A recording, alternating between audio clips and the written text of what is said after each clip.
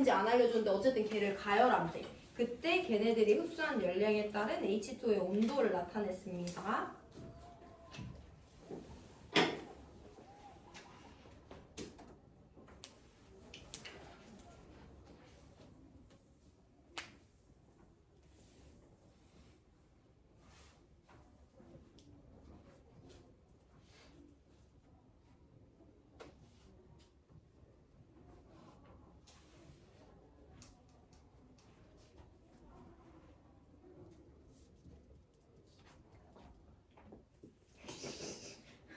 안 들리게 말해라. 이렇게 웃기게 말해 왜 이렇게.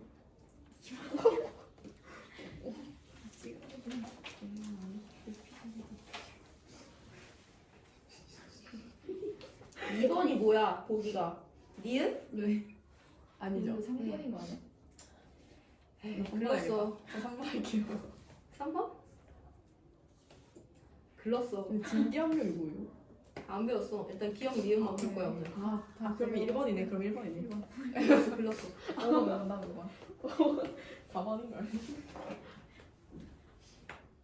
야 우리 이 그래프 한번 해석해 볼 건데 얘는 일단 전체적인 흐름은 Y축은 온도야 X축은 흡수한 열량이야. 그러니까 전체적으로 어떻게 해석하면 되냐면 오른쪽으로 갈수록 내가 계속해서 어떤 물질 H2O를 가열을 해주는데 그에 따라 H2O라는 물질의 온도가 어떻게 되냐 말하는 거예요. 자 그럼 얘들아 우리 내가 아까 설명했던 그 물질의 운동과 온도에 대해서 다시 한번 짚어볼 건데 내가 여기 물질 H2O가 고체 상태래. 지금 무슨 상태로 시작하는지 몰라요? 내가 얘를 가열할 거야. 그럼 얘를 가열하면 얘네들 가열 받잖아. 그럼 쟤네들은 뭘 활발하게 해야 되는 거야? 운동을 활발하게 해야 되는 거야. 그럼 얘네들이 가열을 받아서 운동을 활발하게 하면 열이 날 거 아니야. 그럼 저 물질의 온도가 어떻게 돼? 높아지는 거예요. 그래서 내가 얘를 계속해서 가열하잖아. 그럼 내가 넣어주는 이 열은 어디에 쓰이냐? 얘가 운동을 활발하게 함으로써 얘 물질의 온도가 높아지는 데 사용이 돼요. 근데 내가 얘를 계속 가열하잖아? 그럼 언제까지나 얘가 고체 상태일 수는 없단 말이야. 그러면 고체가 뭐가 되는? 액체가 되는 녹는 점에 도달하게 된다? 그럼 그때부터는 내가 넣어주는 이 열량이 어디에 쓰이냐면 나는 어차피 열량을 넣어주는데 고체가 액체가 되기 위해서는 어떤 변화가 일어나야 되냐면 얘들 사이에 인력이 몇 개가 끊어져서 입자가 불규칙적으로 될 수 있는 흐트러짐이 발생해야 돼요. 그러면 얘가 되기 위해서는 얘네 사이에 인력을 끊어주는 뭐가 필요하냐면 에너지가 필요해. 내가 넣어주는 열 에너지는 이들 사이에 인력을 끊어주는 데 사용이 됩니다. 그래서 끊어져서 액체가 됐어. 근데 내가 액체를 계속해서 가열해. 그럼 내가 넣어주는 열은 이제 또 어디에 쓰이냐면 이 액체 분자들이 뭐를 활발하게 하는데? 운동을 활발하게 하는데 쓰이는 거야. 그럼 운동을 활발하게 하면 할수록 얘의 온도가 어떻게 된다?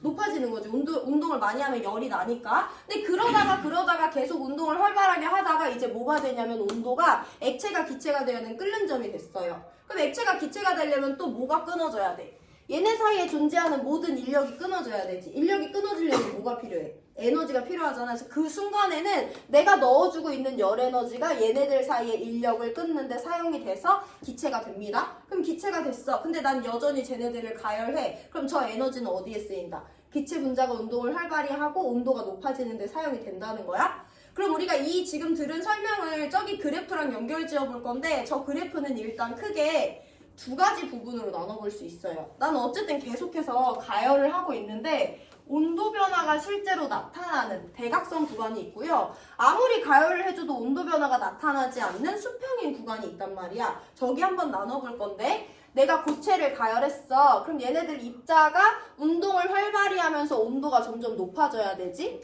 근데 그러다가 어느 순간에 도래하냐면 고체가 액체가 되는 녹는 점에 도래하면 그때부터는 내가 넣어주는 열량이 다 어디 쓰이냐면 얘네들 운동을 활발하게 하는 데 쓰이는 게 아니라 얘네들 인력을 끊어주는 데 쓰이니까 내가 아무리 열량을 넣어줘도 얘네 끊는 데 쓰이는 거지 얘네들의 온도가 높아지는 데 쓰이는 게 아닌 거예요. 자 그러다가 이제 다 액체가 됐어. 근데도 난 여전히 계속 가열을 한다? 그럼 다시 이 입자들 사이에 운동이 활발해지니까 운동 활발해져서 온도가 높아지다가 끓는 점에 도달하면 내가 넣어주는 열량이 다 어디 쓰이냐면 얘 운동을 활발하게 해서 온도를 높이는 게 쓰이는 게 아니라 이들 사이에 인력을 끊어주는 데 다 쓰이기 때문에 온도 변화가 없고요. 다시 기체가 되면 가열함으로써 온도가 높아지는 거야. 그래서 우리가 일단 이 넣어준 열량에 따라 온도 변화 변화가 나타나는 그래프를 받았을 때 꼭 확인해줘야 되는 건 이 온도 변화가 없는 구간, 내가 열량을 넣어주는데도 불구하고 온도 변화가 없는 구간은 어떤 구간이냐면 입자 사이의 인력을 끊느라 내가 넣어준 에너지를 다 사용하는 상태 변화 구간이다 라는 걸 확인해야 돼요. 야, 그럼 얘는 온도가 높아질수록 상태 변화가 일어나는데 상태 변화 몇 번 일어났어? 2번 일어났어. 그럼 당연히 시작점이 어디여야지? 고체를 가열해서 액체가 되는 거고 액체를 가열해서 기체가 되어야만 우리가 이 순서에 따라 상태 변화 2번 일어날 수 있는 거죠. 그래서 상태 변화가 2번 일어나네 얘는 고체부터 시작했구나 라고 이해하면 돼. 근데 만약에 내가 어떤 그래프를 받았는데 어떻게 생겼냐면 이렇게 생겼어.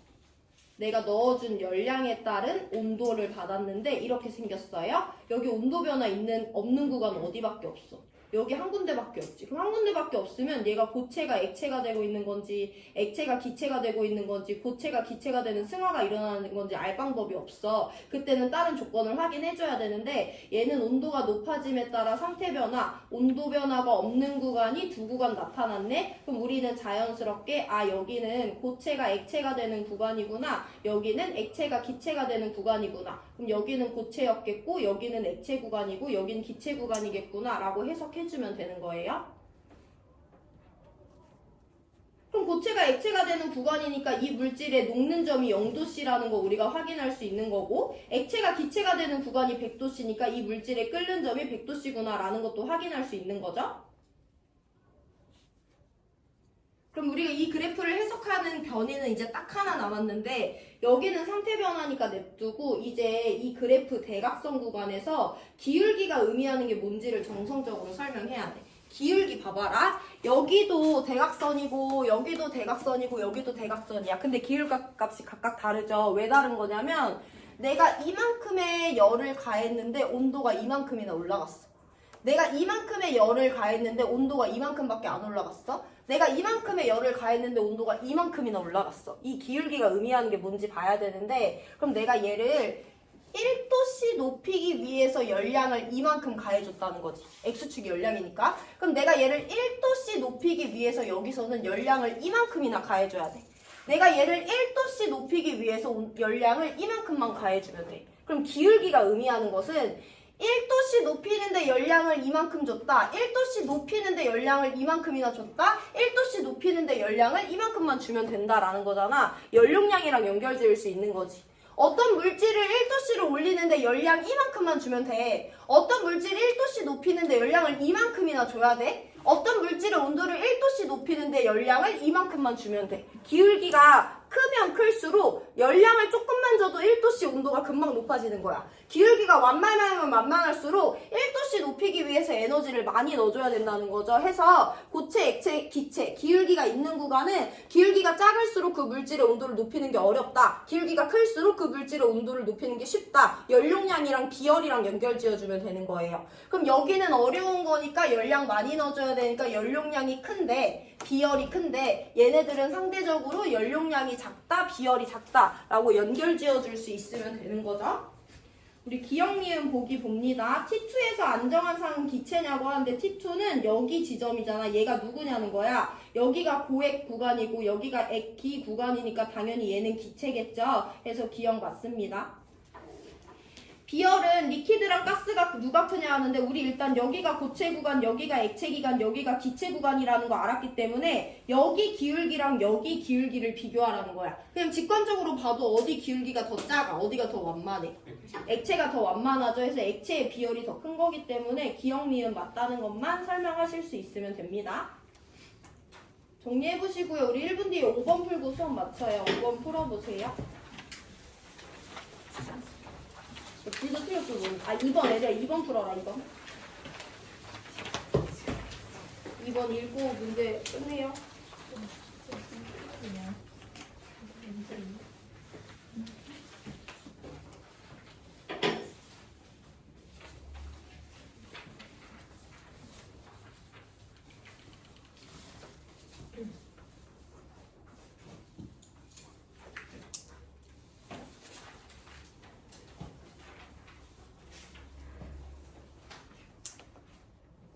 이거 그냥 슬 한번 읽어봐.